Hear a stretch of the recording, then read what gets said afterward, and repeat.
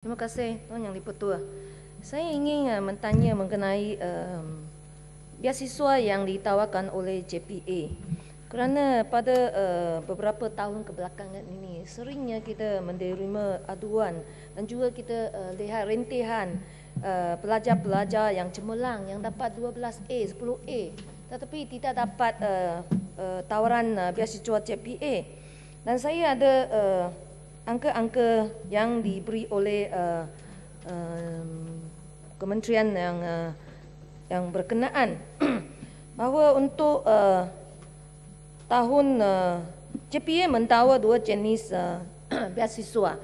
Ia sejenis ialah untuk di luar negara dan satu di dalam negara, iaitu belajar di dalam negara dan yang satu lagi di luar negara.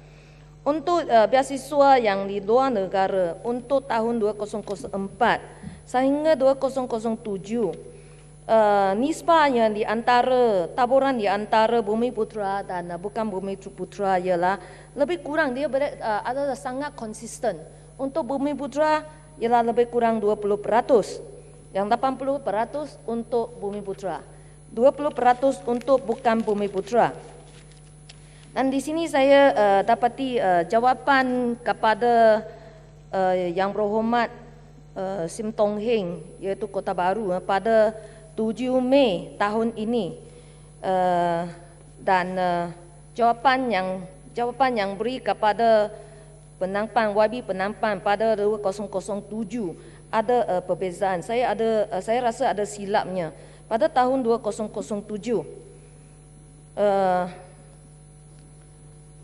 jawapan kepada YB Penampang pada 26 hari bulan Jun 2007 yang tawaran bilangan kepada Bumiputra ialah 1,440 orang dan kepada bukan Bumiputra ialah 360 orang. Yang jumlah keseluruhan ialah 1,800, iaitu Bumiputra 80% dan bukan Bumiputra 20%. Tapi jawapan yang beri kepada YB Kota Melaka pada 7 Mei 2008 ialah yang beri kepada tawaran kepada bilangan Bumiputra ialah 1,170 dan bukan Bumiputra ialah 630. Jumlahnya adalah sama, 1,800. Saya rasa ada silap di sini. Yang saya rasa yang silap ialah jawapan yang terbaru ini. Kerana untuk tahun 2004, tawaran kepada bukan Bumiputra ialah 20%. 2005 juga 20%. Dan 2006 juga 23,8%. Tapi untuk 2007, kalau dia ialah 630, peratusannya ialah 35%. Saya rasa ini dia lari daripada angka-angka atau peratusan compare kalau berbanding dengan tahun-tahun yang lalu. Saya ingin nak tahu yang mana satu yang adalah betul. Saya rasa jawapan terakhir ini atau terbaru ini adalah tidak betul.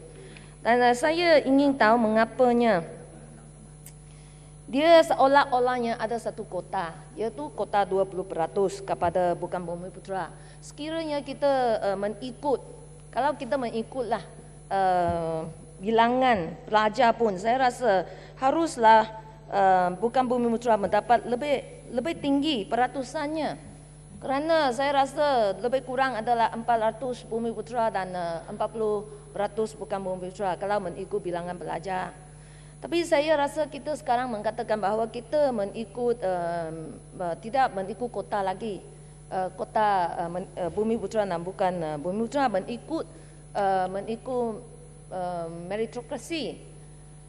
Jadi saya ingin mendapat satu penjelasan mengapa mereka yang mendapat 12A pun, dan di sini di Bukit Mentajam ada seorang pelajar Juena Go dari SM Jising. Beliau mendapat 12A, A1, dan beliau adalah head prefect dan juga mempunyai co-curriculum yang sangat cemerlang. Dia adalah pemenang debate. He's a debate, wakil debate sekolah dan pemenang juga. Mengapa beliau tidak dapat scholarship dari GPA? Dan kita dapati bahawa ada pelajar-pelajar yang kurang cemerlang daripada mereka, tapi mereka mendapat beasiswa. Saya tidak bantah kalau kita nak memberi